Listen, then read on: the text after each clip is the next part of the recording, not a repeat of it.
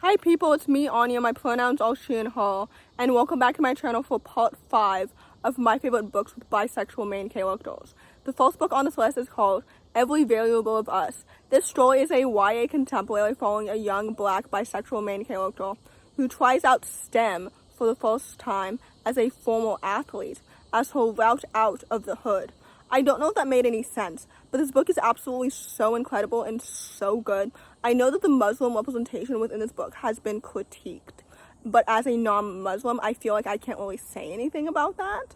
So with that said, I think this book is absolutely so incredible and so excellent, and it was one of my favorite books that I read last year because I absolutely loved it so much. The characters are so well developed and so distinct.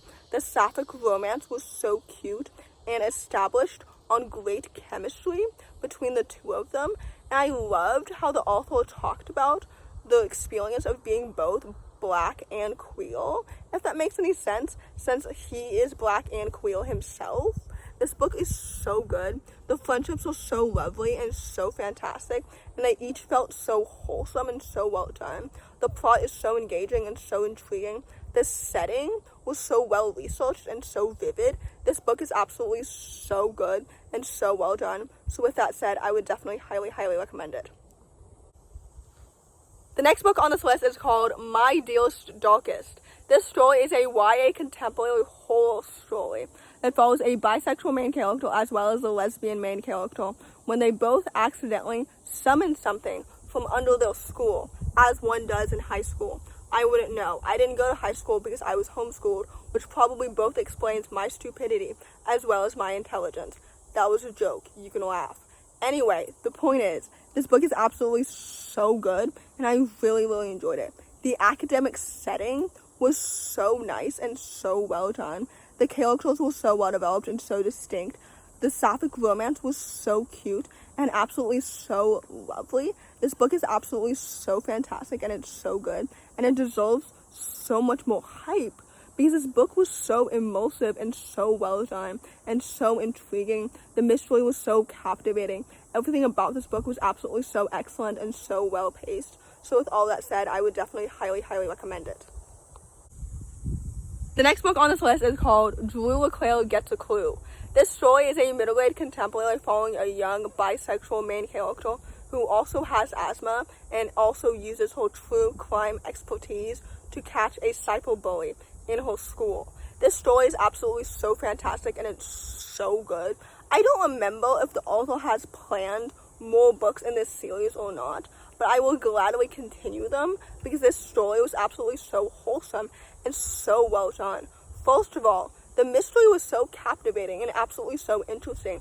The characters were so well developed and so distinct, and I was so intrigued and just drawn in by the main character's relationship with both her parents. It was done so well. The friendships were so lovely and so wonderful. The queerness as well as the disability representation was so well done and just so good. This book is absolutely so fantastic and it's so awesome. And I think it's marketed as like a queer Harriet the Spy, which is right up my alley because I absolutely loved Harriet the Spy when I was 11 years old. So anyway, the point is, this book is absolutely so amazing and it's so good and it's so underrated. So with that said, I would definitely highly recommend it. The next book on this list is called Fire Becomes Her. This is another book that was one of my favorites last year, and it's a YA historical fantasy that follows a young bisexual aromantic main character who must choose between her head and her heart in a world where magic buys votes. This book is absolutely so fantastic and it's so brilliant, and I really enjoyed it. First of all, the world building was so incredible and it was so well done, and I believed the setting is inspired by the Jazz Age in the 1920s, and it really came through because I love that setting so much. And within this book, it was so atmospheric and so immersive. The plot is so engaging and so intriguing.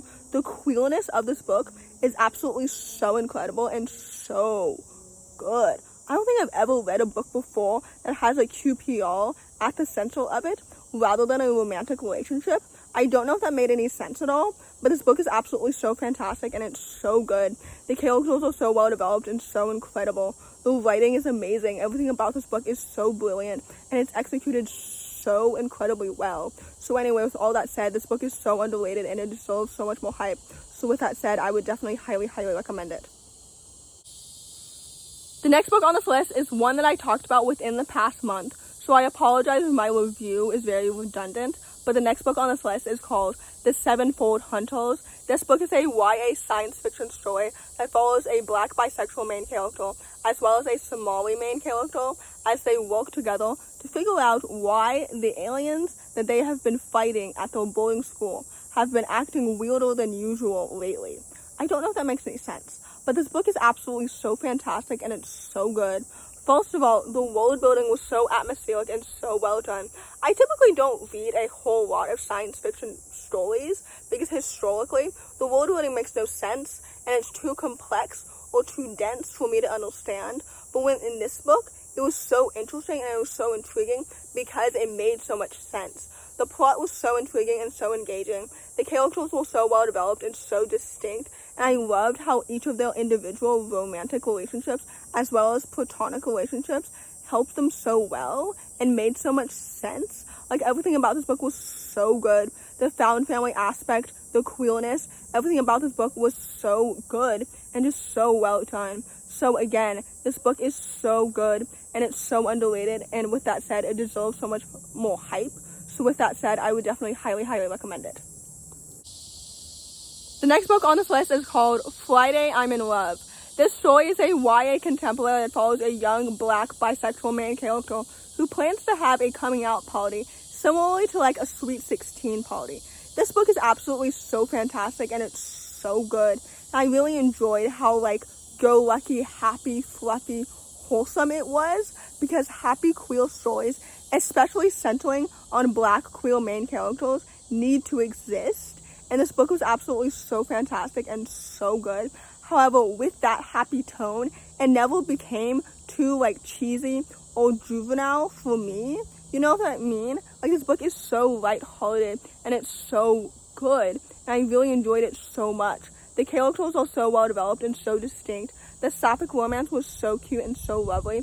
The family dynamics made so much sense and they were so well done. This is a party that I want to attend because it sounds like it was so fun and so well done. Because this story was so fun and it was so happy and it's so fluffy and it's absolutely so amazing and it deserves so much more hype. So with that said, I would definitely highly recommend it.